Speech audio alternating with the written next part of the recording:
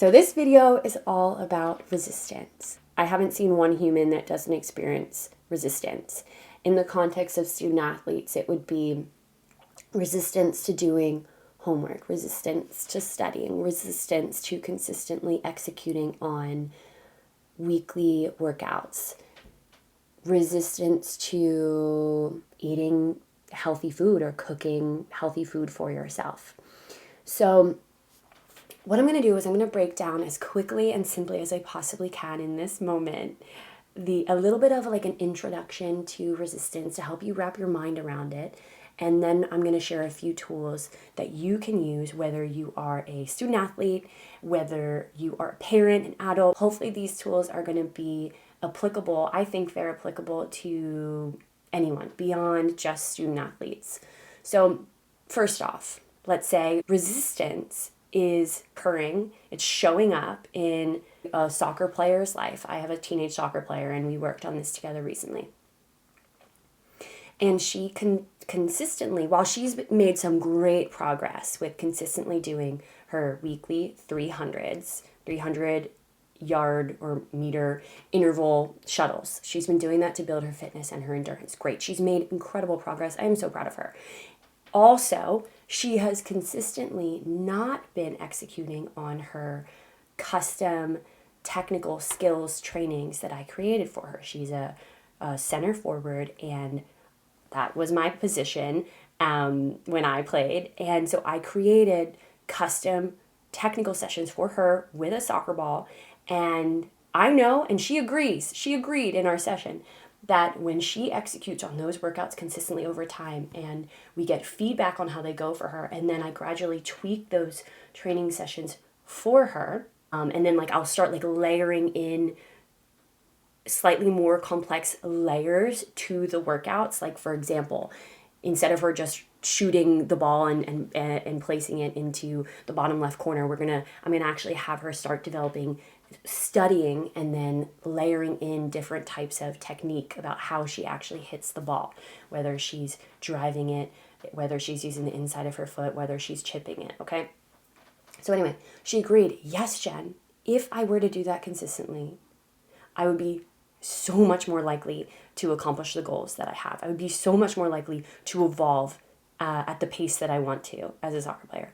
Cool. So on a conscious level, she knows that this is beneficial to her and she wants to do it. However, she was feeling this incredible resistance, which was resulting in her over a period of 3 weeks. She hadn't done those technical sessions once, and she has the time to do this, but the resistance came up and she was like, I don't want to, I'm tired, it seems too hard and complex.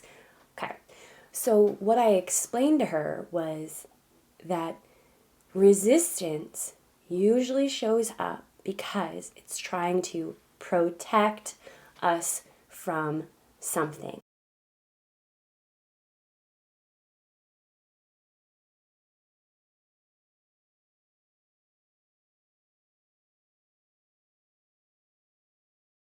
So, for example, at the simplest level, resistance will show up for a lot of people in an attempt to protect us from the unknown. Now, the unknown in all future moments, like every single future moment truly is unknown. We can't know what's going to happen in the future. We can do our best to, take actions, think thoughts, train our mind, speak in such a way to influence future outcomes. But the reality is that the future is unknown. However, I find that resistance pops up because it's trying to protect the individual from something that is unknown, kind of feels unsafe, kind of feels scary. And I could go so much deeper into that, but I'm not going to in this video.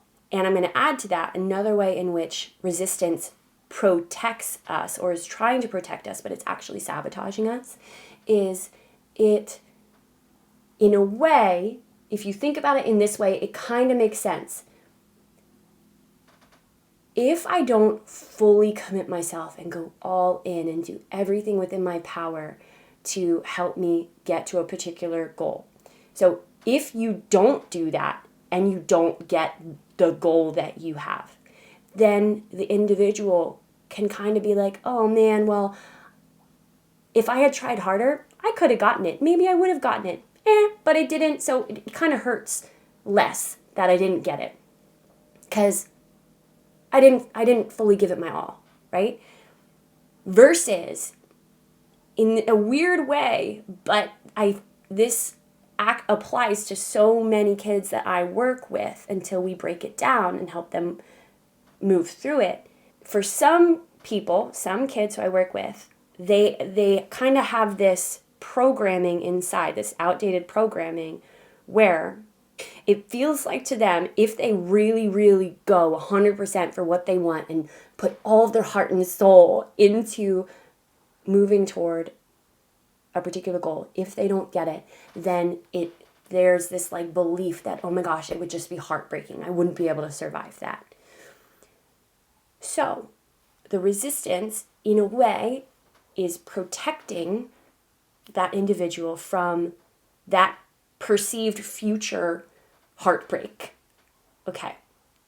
So resistance, even though it is not contributing to us having the best possible chance of moving toward the goals that we had, it is here attempting to serve a really valuable purpose, which is to keep us safe, to try and protect us. And in a way, I find that with that context, it's so much easier to have compassion for ourselves when it shows up. So that's part of the intro I wanted to share with you. And then also just the reality that like resistance exists. It happens. It is normal. It is part of, in my experience, the process of going from this is where I am, my present state, this is where I want to go, my desired outcomes. And that like requires, if you set goals right, that means you are setting big goals that are kind of scary, like they're outside of your comfort zone. Our goals require of us to evolve into new versions of ourselves, to develop new skills, to let go of anything and release anything, limiting beliefs, whatever it is that are habits that are sabotaging us, that are in the way of us getting from where we are now to where we want to be. And so that process, understandably, like that, the change required to get from present state to desired outcome, it can be very, very, very significant. And so, of course, there's resistance showing up. It's normal. There's nothing wrong with you. You're not broken. But what differentiates I'm going to say, like, most extraordinary people from the people who stay stuck in their patterns, their cyclical patterns of resistance. Oh, let me just go play on my phone. Resistance. I feel resistance. Oh, I'm just going to go sleep in. Resistance. Oh, I'm just going to, like keep playing video games and just hope it goes well tomorrow on my test. The resistance cycle, like it kind of keeps you in this loop of staying at your current level. And purely with that awareness of the fact that resistance, for many people, keeps you in this loop. You're looping in this cycle of repetitively being resistant to the same things, and therefore you're not making progress at all, or you're making way slower progress than you could if you were able to confront that resistance, use tools, and break out of it and move to the next level. Okay, cool. So that's the intro. Now for the tools. So the first tool is to track yourself. I cannot stress this enough. It gives me chills right now just to think back to the parts of my life where I started tracking things, whether it's new habits that I wanted to implement or like communication patterns that have been happening in my intimate relationship with my partner, to pick up on what's going on. Like, we have a cycle here happening. I want to break that, but to break it, I need to get aware of what's going on.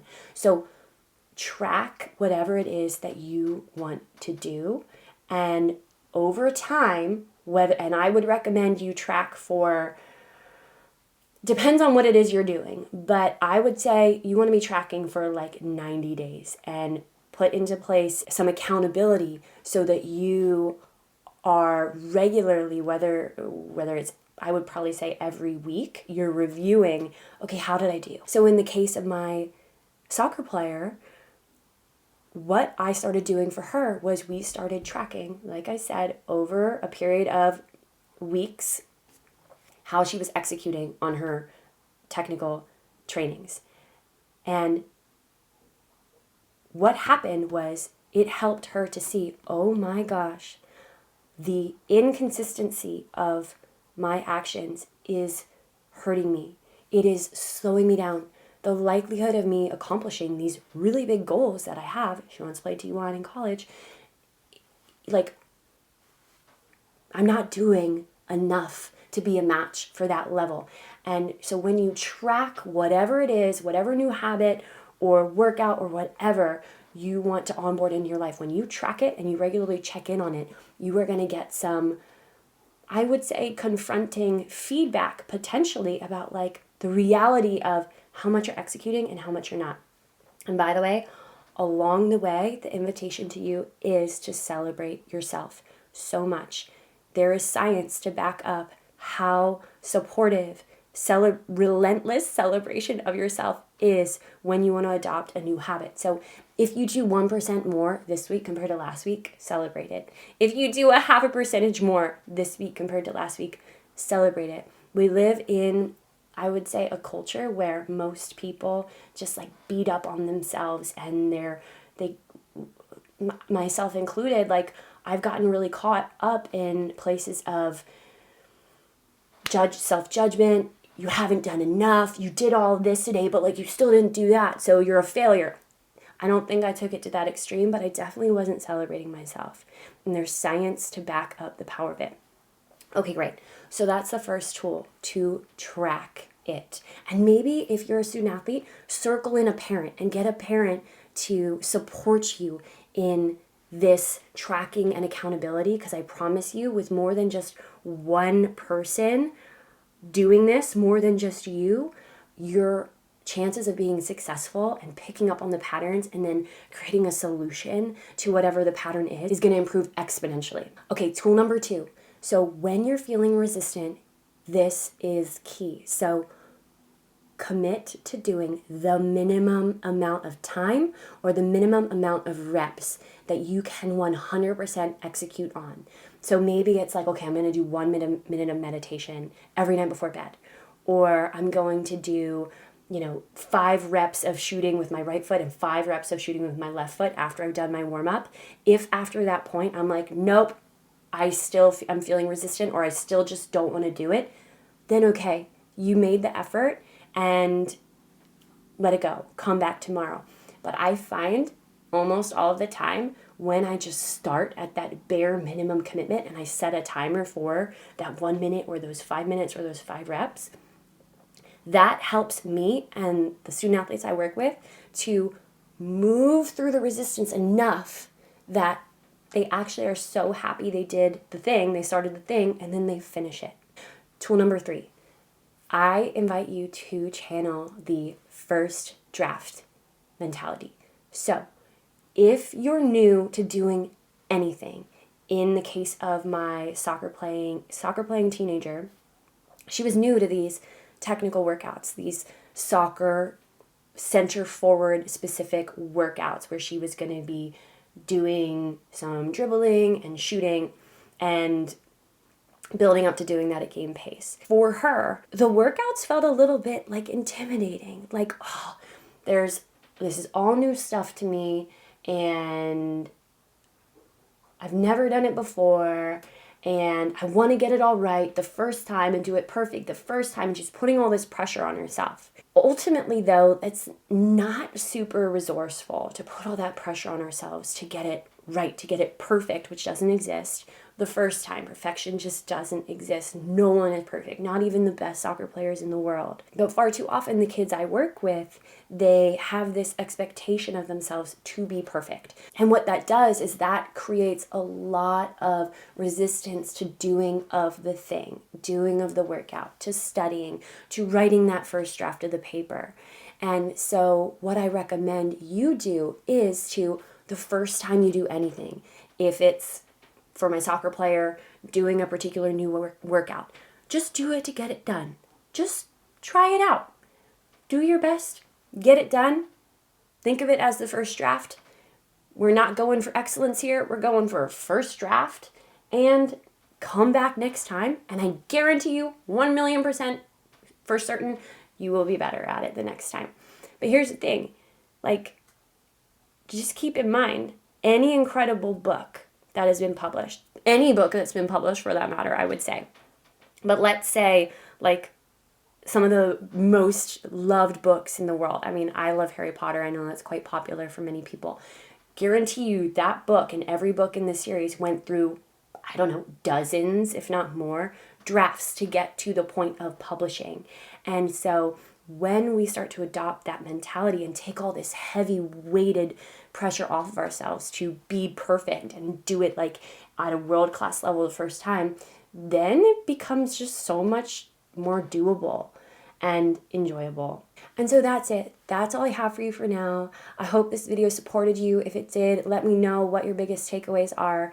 And here's to all of us moving through resistance more and more over time, conquering it and evolving into the versions of who we are that we are truly destined to be.